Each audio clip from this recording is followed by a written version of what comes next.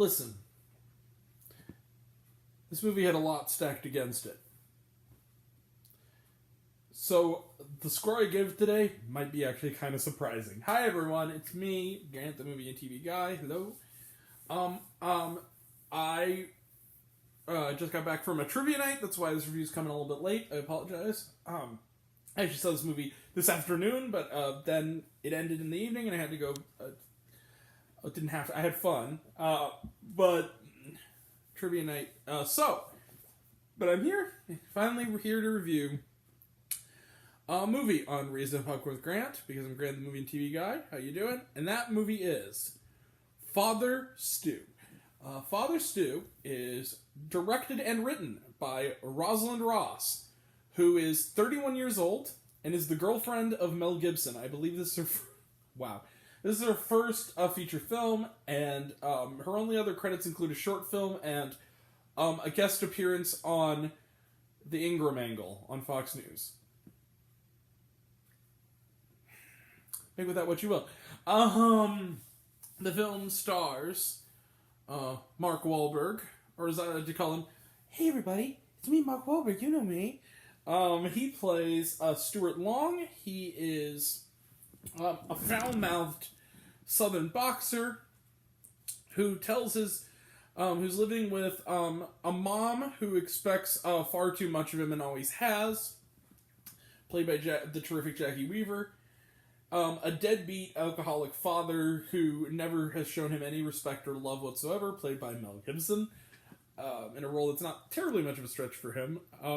And he's also coasting with the fact that he had, his younger brother died when he was only 6, and he was always the better one, and he has a little bit of a sort of weird sibling rivalry there. He's always getting in trouble with the law, and then eventually tells his mom, or as he always calls him, his mama, Jackie Weaver, I'm going to be a Hollywood actor. He does this by working at a supermarket. It is there where he catches the eyes of a beautiful woman who catches his eye, and she tells him, she's Hispanic, she tells him, he assumes she can't date anyone, as far as he goes, it's Mexican. She says, I cannot date anyone who isn't baptized. So he baptizes himself, at first simply to be with her, classy, basically to get in her pants, classy, but then eventually, after suffering an accident, which nearly kills him, he sees a vision of the Virgin Mary, and this is shortly after dealing with a character known only as the Barfly, who bears a striking resemblance to a certain figure known at rhymes with Smeezus Reist. And he's miraculously survives near death, and it is at that moment that he tells his lady love. She assumes that he wants to propose. He says, "Oh no, we're not getting married. I'm going to be a priest," and he means it. And among those various tests, he decides to become a priest, but having to deal with a rival priest as well as the various struggles of his past coming back into the fray with Monsignor. He also has to deal with something he did not realize, which is a rare muscular disorder that is slowly taking away his motor function. But soon enough, he does, in fact, inspire millions. And will he fix his relationship with his father? Will he still have the friendship and love of this woman, even if it can never be romantic because of his new line of work? And will he become the priest he was always meant to be? A priest known as Father Stu. Let's find out. So, Father Stu is, that's a lot. Father Stu is a true story. It's based on, there was a real Stuart Long. We see him at the end of the film. Okay, I'm just going to rip the Band-Aid off here. I'll just give you my big... This is not a bad movie. I will say that right now. And I was expecting it to be. Because, even though it had Mark Wahlberg in it, first off, it actually felt like a movie, which is rare for faith-based films. It actually felt like a movie with a plot, with a goal, and a message inside of it, not a message the movie's built around, which was refreshing. Secondly, Mark Wahlberg is terrific in this film, as is Jackie Weaver, and begrudgingly, also is Mel Gibson. Now, that being said, I don't like Mel Gibson very much. I'm just going to be real with you. First off, anti-Semitism. Second off, spousal abuse. And third off, I've never been a fan of him as a director. I think he can be a good actor, and he's good here. But the fact that I think is a producer on this, his wife, or his girlfriend, who's my age, just about, wrote and directed it, and her only other major credit is she was on Laura Ingram's show. The fact that Mark Wahlberg is in it, and he also has had, as good as an actor, he's a bit of a sketchy past, and the fact that it's a faith-based movie, made me go into expecting another irredeeming love, and it wasn't. It wasn't. Now, that is not to say that there aren't problematic elements to Father Stu, and I'm going to give like a minor spoiler warning. There are certain moments that I think did not need to be there. Even if they happened, it makes the movie look bad. And I understand that the idea is that he's kind of starts out as sort of a dirtbag who needs to kind of redeem himself. I get the arc. But for instance, there's a scene in the movie, I'm just going to kind of spoil it, where he's a struggling actor, and he's on the casting couch, and the guy seems to insinuate other ways he can... Also, this movie's rated R, I should mention, which is also rare. Because it's foul-mouthed. But he goes, maybe there's another way, and he kind of points to his pants. He wants him to give him a blowjob. But essentially, he wants him to give him a blowjob, and then he essentially easily could have gone, walked out, said, nah, man, no, I don't want this part if that means getting it, whatever. Instead, what he does is he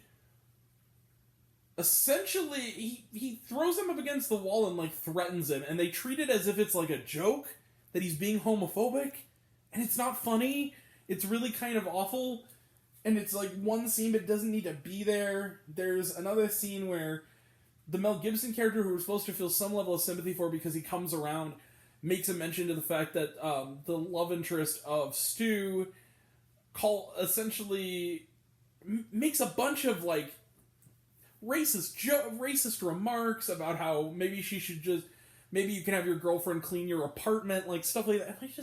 Why does that need to be there? Like, I don't understand. That feels like the Fox News thing coming into it. And then other things, like, another one that's been mentioned by one reviewer, and I thank him for it, there's also a remark that Mel Gibson makes at one point where he says that he's going to be a priest, and Mel Gibson says something along the lines of, you being a priest is like Hitler joining the ADL. I'm like, really? Mel? Really? You're going to make a remark about notorious anti-Semite Mel Gibson is going to make a remark about Hitler joining the Anti-Defamation League. Like, stuff like that bothered me, because it didn't need to be there. It was unnecessary, and it just felt off color and off put, and didn't need to be there. However, I was surprisingly moved by this film. It does move along. And the other thing is that the movie is kind of good enough as a movie that it didn't need to have those. It feels almost like those are concessions to the faith-based crowd because the movie is so different. Because its mouth is a little more foul and like stuff like that. But it just felt really kind of shitty. It didn't feel necessary. But, despite that, I am going to give a moderately positive score to Father Stu because I think that the strengths of this movie are good enough. And the overall feeling walking out of it was good enough that I can ignore some of the uglier elements. And also, I think it's sort of like you grade these kind of movies on a sliding kind of curve. You know, like it's Redeeming Love is here. American Underdog is way here on the other end of the scale. Father Stu is about 10 feet away from American Underdog. But Irredeeming Love is like a billion feet away from Father Stu on the opposite direction. So it's one of the better faith-based movies. I just think that, like, a lot of these, they don't need to have some elements that they have. And I don't understand why, to cater to a more conservative-leaning audience, you have to dig into the worst impulses of said audience for the sake of cheap redemption. I find that really kind of fucked up and stupid.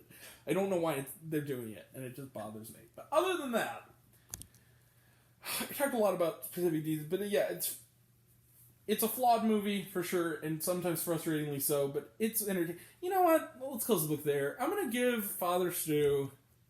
Yeah, I'll give it 3.5 out of 5 stars. Matinee. But this is with the understanding, though, that there are things about it that I'm maybe being a tad generous. This really is... My score might go down as I think about this movie a little more. But, for now, it's 3.5 out of 5 stars. Okay. Alright. So now, let's close the book on it. Sorry about that. Trailer trash. Let's talk some trailer trash. Also, I should mention one thing that was cool about my trailer screening is my screening was the first screening and it was open caption. I like that. It took some getting used to, but I like the fact that movie theaters, at least AMC theaters, is now catering to the deaf and the hard of hearing. I think that's really great. And apparently it's not the only movie that has showtimes that are like open caption showtimes. Good. I think that's really a cool thing. Alright. Just nothing to do with the movie, but I just want to point it out. We can go through a lot of these. Jurassic World Dominion looks good, talked about a bunch. The Unbearable Weight of Massive Talent looks good, talked about a bunch. Top Gun Maverick, a newer trailer looks good. Where the Crawdads Sing looks good, talked about it once before. Elvis, I cannot wait for this. Boz Lerman, this is going to be awesome. The Bob's Burgers movie looks good, talked about a bunch. Doctor Strange in the Multiverse of Madness looks good, talked about a bunch. Was there shawarma? Yes, there was. There was the epilogue stuff, and also there was kind of this weird, out of place kind of comic scene that felt almost like toward the end of the credits, and almost not the after, but just where the credits go over and then the screen comes back to life, where it felt like B-roll from earlier in the film that they forgot to put in. It was kind of weird, but it was kind of funny. Because there are some funny parts in this movie. Like, there is humor in this. There's some shawarma. Alright, we'll be back. We gotta wrap this up. We will be back. Probably late tonight, early tomorrow for Duel. Because I haven't, I've already seen it 2 months ago, but I'm going to review it. Thursday, we will be talking Fantastic Beasts: The Secrets of Dumbledore. Friday, we were talking KGF Chapter 2, the newest Indian film. And then more to come. And that'll all be next time. And until next time, I'm Graham, the movie and TV guy. I see it all, and I'm happy to share it with you. I love you all. I appreciate you all. I love you all, class dismissed. I love you 3000. Be kind to one another.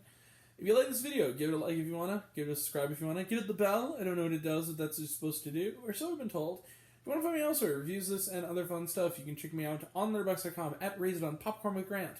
Some of you already have, but even if you haven't, take care of yourself. Take care of your mental health. It's incredibly important. And I want to know down below, what did you think of Father Stew? I know this is going to be possibly a kind of controversial review. Did you like the movie? Did you hate the movie? Because I liked the movie fine. I like the movie, hate the movie. Do you think my opinion was good? Do you think I'm full of shit? Many of you probably will think I'm full of shit. It's fine. Comment below, let me know. And until we meet again, we were all raised on popcorn. Make my life extra better. Catch you guys next time. Take care.